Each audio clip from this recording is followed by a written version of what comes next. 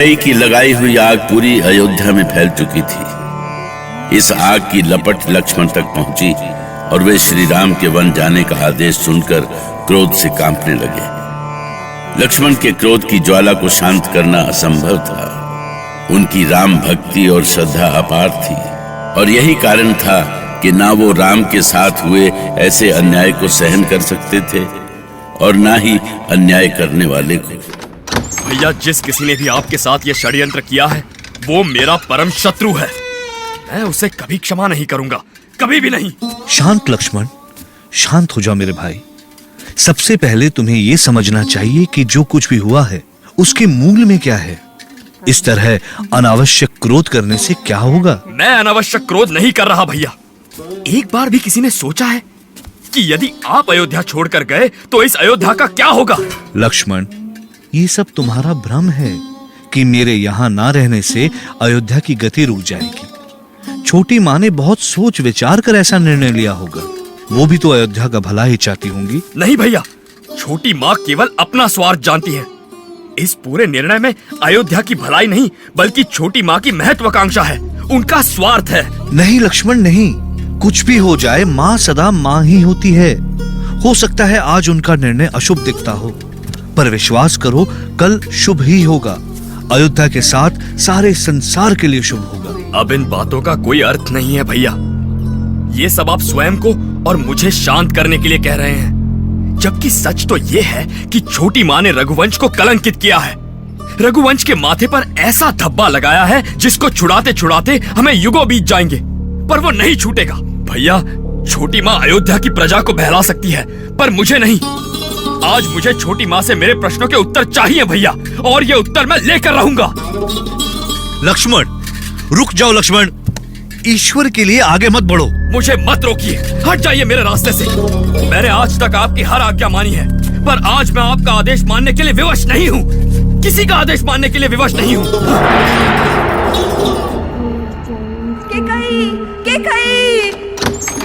क्या हुआ मंथरा?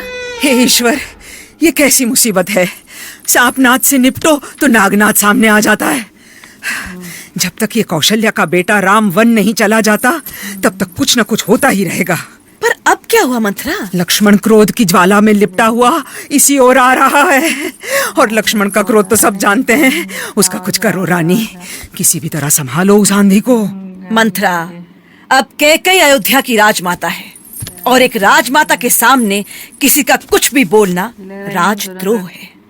मैं राजद्रोह के अपराध में किसी को भी दंड दे सकती हूँ, चाहे वो मेरा पुत्र ही क्यों ना हो। झूठ कहूँ तो पाप लागे। लक्ष्मण तुम्हारा पुत्र नहीं है, ये याद रखना तुम। रानी, वो तो आ गया। अब मेरा यहाँ रहना उचित नहीं है। तुम ही संभालो इस नागनाथ को, तुम ही संभालो उसे। छोटी माँ, कहाँ है छोटी माँ? सामने आइए। लक्ष्मण, क्या तुम रघुकुल की परंपरा भी भूल गए? क्या तुम्हें कुल गुरु ने ये नहीं सिखाया कि किसी बड़े से मिलने पर सबसे पहले उसे प्रणाम करना चाहिए? छोटी माँ, रघुकुल की परंपरा आप सिखा रही हैं मुझे? आप? रघुकुल की परंपरा और उसकी मान मर्यादा तोड़ने का कार्य सबसे पहले आपने किया है छोटी माँ। रघुकुल के आदर्शों को आपने ध्वस्त किया है, और जो स्वयं मर्यादा को तोड़ने वाला हो उसे परंपरा और मर्यादा की सीख देना शोभा नहीं देता छोटी माँ। क्रोध में लक्ष्मण की आंखें लाल हो गई थीं। सारा शरीर कांप रहा था उनका।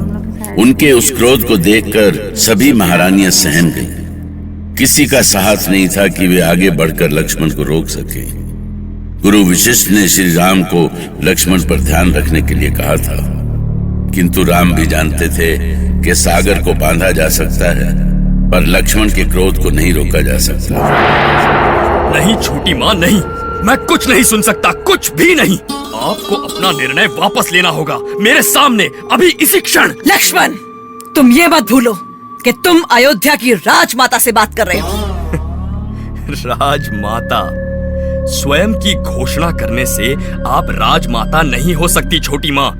राजमाता तो बड़ी माँ है और हमेशा वही रहेंगी। और रही आपकी बात, तो आप तो अपना मान सम्मान वैसे ही धूल में मिला चुकी हैं। लक्ष्मण, तुम पुत्र की सीमा पार कर रहे हो।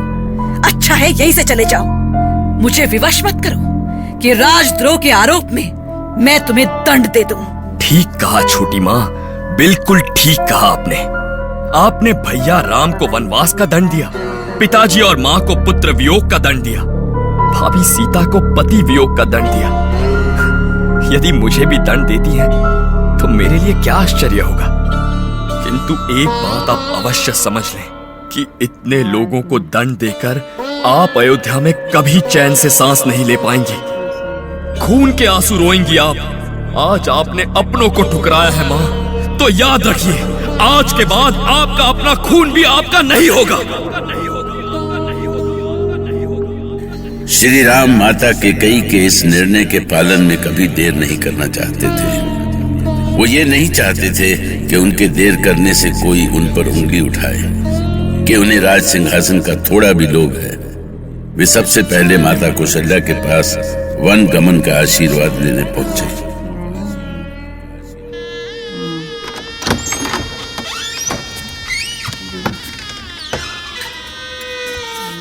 प्रणाम मां, मुझे आशीर्वाद दो मां, मैं वन जा रहा हूं। अब इन आशीर्वादों का क्या अर्थ है राम? मेरे जीवन भर के आशीर्वाद कहीं कहीं के एक वरदान के आगे बिखर गए। मां, सबके अपने अपने आशीर्वाद होते हैं। हो सकता है छोटी मां का मेरे लिए यही आशीर्वाद हो। बेटा, कैकेयी ने किस बात का बदला लिया है मुझसे? क्या अपराध किया था मैंने? मेरे लिए तो चारों बेटे मेरे अपने ही बेटे थे। मैंने तो कभी भेद नहीं किया तुम चारों में। अब इन सब बातों का कोई अर्थ नहीं मां। मेरे लिए अब एकमात्र लक्ष्य है पिता की आज्ञा का पालन। उसके लिए मुझे शक्ति दो मां, और आज्ञा भी। बेटे, यदि तुम्हारे लिए तुम्हारे पिता इतने महत्वपूर्ण हैं और तुम उनकी आज्ञा मानने के लिए विवश हो, तो एक बात सुन लो कि मां होने के कारण मैं भी उतनी ही महत्वपूर्ण हूं। और मैं कौशल्या, तुम्हारी मां, तुम्हें वन जाने की आज्ञा नहीं देती।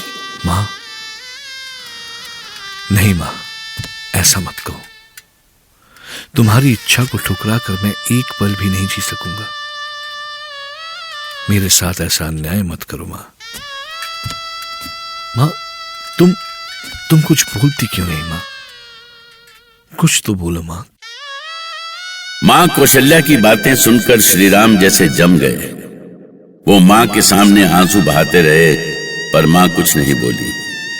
वो आज उतनी ही विवश थीं जितनी तब थीं, जब घुटनों पर चलते नन्हे से राम उनसे चंदा ला देने का हठ करते थे, और वो विवश हो जाती थीं। महारानी कैकेयी के निर्णय के पालन के लिए श्री राम हर ओर संघर्ष कर रहे थे। उन्होंने भले ही पिता का आशीर्वाद ले लिया था, किंतु मां कौशल्या भला ऐसा आशीर्वाद कैसे दे सकती थी?